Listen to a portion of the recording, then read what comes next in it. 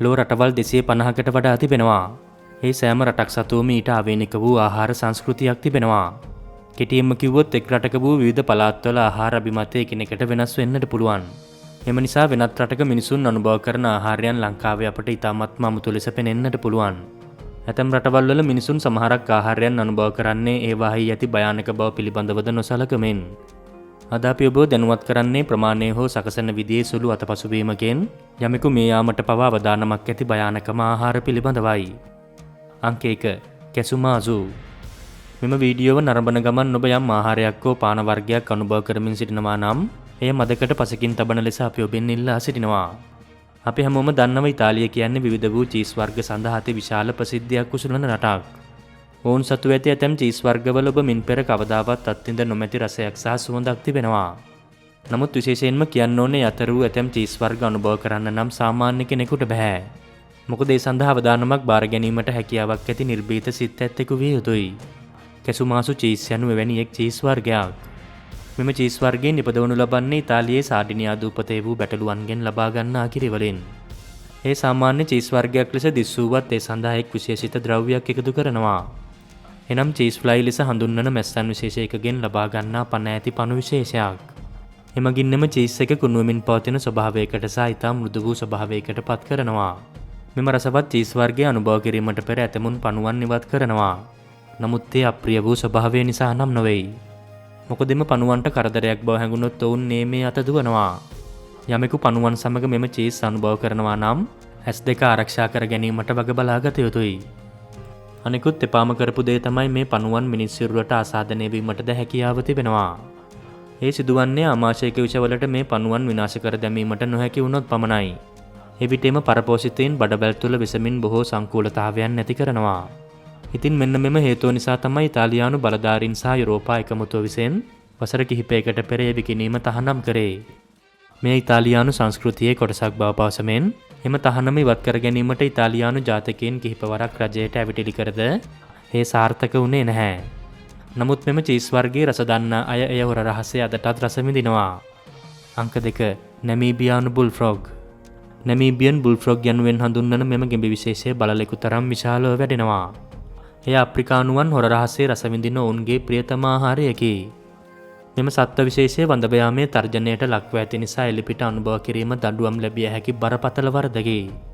මෙම සත්ව මාංශයේ රසයට ගිජු වූවන්ට ජීවිතයෙන් පවා වන්දි ගෙවීමට සිදු වෙනවා. මොකද මෙම සත්වයාගේ සමහෙව් ඇතැම් ස්ථානයන් සහ ශාරීරික ඉන්ද්‍රියන් විශේෂ ස්වභාවයකින් යුක්තයි. ඒ පිළිබඳව හසල දැනුමක් ඇති පුද්ගලයින් මෙම කොටස් ඉවත් කොට එය සකස් කරද යම් මතපසුබීමක් සිදු වුණොත් එහි විෂ ශරීරගත වී වකුගඩු අකර්මණ්‍ය වී බරපතල සෞඛ්‍ය තත්ත්වයක් ඇති වෙන්නට පුළුවන්. නමුත් ඇතමුන් පවසන්නේ මෙම ගෙඹි විශේෂයේ වර්ගයාබෝ කරන කාලයේදී සහ වැසි කාලයේදී අනුභවයට හිතකර වෙන බවයි. ඒ කෙසේ වෙතත් මිනිසුන් මෙම සත්වයින්ට නිදහසේ සිටීමට ඉඩ ලබා දීම එම සත්වයින්ට වගේම මිනිසුන්ටද යහපත් වෙනවා. අංක 3. රටකජු. මෙම ලැයිස්තුවට රටකජු එකතු කර ඇති එක ගැන ඔබ පුදුම වෙනවා ඇති. ඔබ මේ දුටු පමණින් කලබල විය යුතු නැහැ. මොකද ඔබ මින් පෙර රටකජු අනුභව කර තිබෙනවා නම් ඔබ ඉන්න ආරක්ෂිතයි. රටකජු මේ ලැයිස්තුවට ඇතුළත් කරේ ලෝක ජනගහනයෙන් 1%ක් තරම් පිරිසක් අසාත්මිකතාවයක් දක්වන නිසායි. ඒ පෘථුවියේ ජනගහනයෙන් මිලියන 75ක් තරම් ප්‍රමාණයක්. ඔවුන්ට රටකජු බටර් සහ රටකජු ඇතුළත් කරපු කිසිවක් ආහාරයට ගන්නට බෑ.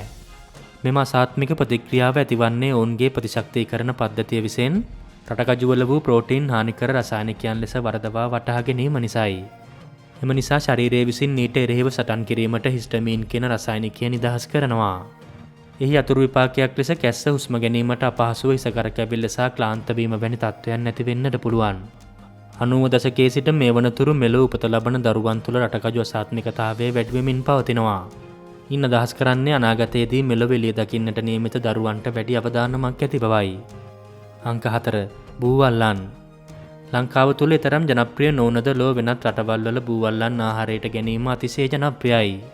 ඔබ බොහෝ විට සිතනවා ඇත්තේ බූවල්ලන්ගේ මාංශය රබර් තරම් ශක්තිමත් අනුභව කිරීමට අපහසු එකක් බවයි. නමුත් ඒ නිවැරදිව පිසගත්තොත් ඉතා මෘදු වූ රසවත් ආහාරයකි.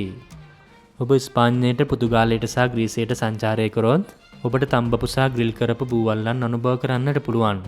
ජපානයේ නම් ඒ නොපිසින ලද නැවුම් මාංශයන් වලින් සමන්විත සශීනි වර්ගයේ ආහාරයක් ලෙස පිළිගන්නනවා.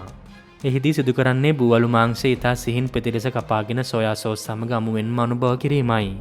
ඒ වගේම මල්ටාවල බූවල්ලන් පිසිනු ලබන්නේ ස්පැගේටි දෙයක් කොටයි.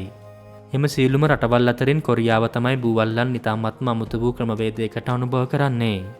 කොරියානුවන් මුහුදෙන් ගොඩගත් විගසම අමුවෙන්ම බූවල්ලන් අනුභව කිරීමට දැඩි ප්‍රියතාවයක් දක්වනවා. සෝස් වර්ග සහ සීසනින්ග්ස් භාවිතා කරනවා නම් මේ කලාතුරකින්. කොරියානුවන්ගේ මෙම බූවල්ලන් අනුභව කිරීමේ ක්‍රමවේදය නම් ඉතාමත්ම භයානකයි.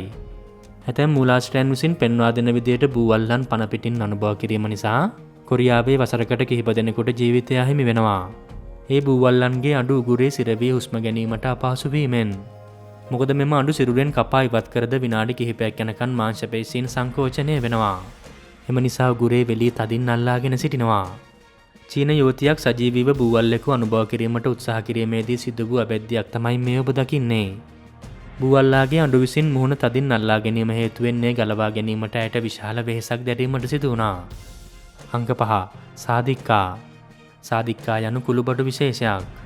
සාදික්කා ගෙඩියෙහි ඇති මදේ පමණක් නොවේයි. එහි මදේ ආවරණය වූ කවචය වටා ඇති රතු පැහැ කොටස වන වසාවාසිද කුළුබඩු ලෙස භාවිතා කරනවා.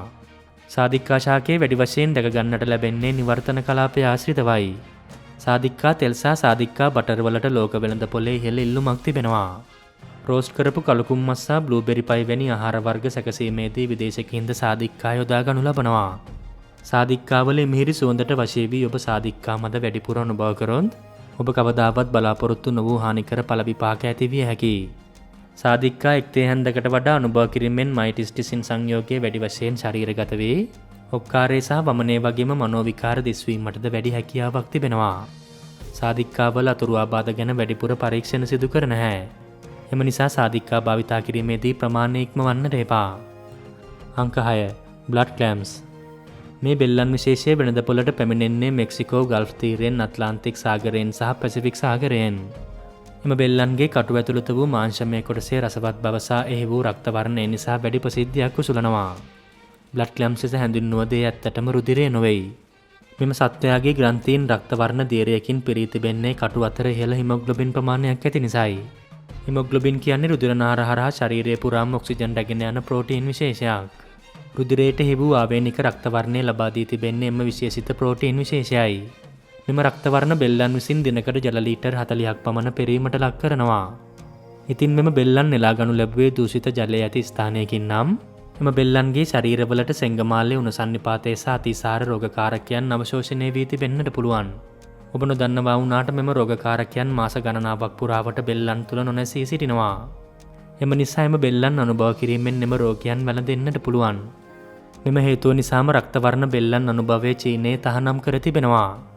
චීනයේ ෂැන්හයි වල මෑතකදී ඇති වූ හදිසි උණ සන්නිපාත පැතිර යාමට සැක කරන්නේද මෙම බෙල්ලන් අනුභවයයි. අංක 7. ෆූගු මත්සෙයින්.